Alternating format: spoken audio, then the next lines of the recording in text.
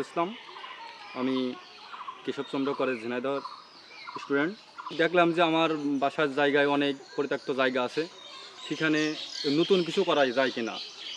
নতুন আমি যদি করি, আরও যদি 5টা মানুষ আমার দিকে করবে। আপনার যশোর অঞ্চলের টেকসই কৃষি সম্প্রসারণের থেকে আমি আমাদের যে কাপাসিটি ইউনিয়ন যে উপকমিশনার আছেন মোহাম্মদ মশিউর রহমান কাকা, আমি তার সাথে যোগাযোগ করি যে কাকা আমার তো এমন জায়গা আছে, আমি নতুন কিছু করতে চাচ্ছি, নতুন কিছু ভাবনা নিয়ে আদা চাষটা।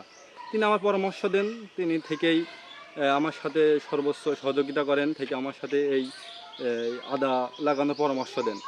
আমি এই প্রথম এই আদা চাষ করছি আর কি। দেখি যদি ভালো হয় ইনশাল্লাহ পরবর্তীতে আরও বেশি করার ইচ্ছা আছে, আরও 2-5 জন উদ্যোক্তা বাড়ানোর ইচ্ছা আছে, যেহেতু আমি স্টুডেন্ট। আর এই আদা দেখছেন, আদা আমি এই প্রথম বপন করেছি।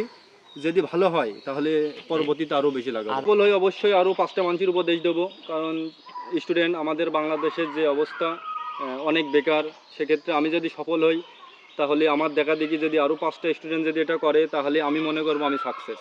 কারণ বাংলাদেশের যে অবস্থা, তাতে চাকরি বাকরির আমি আমার ক্ষেত্রে আমি যদি বলি, যেটা বলি, আমার যদি এবার যদি উৎপাদন যদি ভালো হয়, সেক্ষেত্রে আমি ইনশাল্লাহ এর পরবর্তীতে আরও বেশি করব। কৃষি অফিসারের পরামর্শ ইনশাল্লাহ।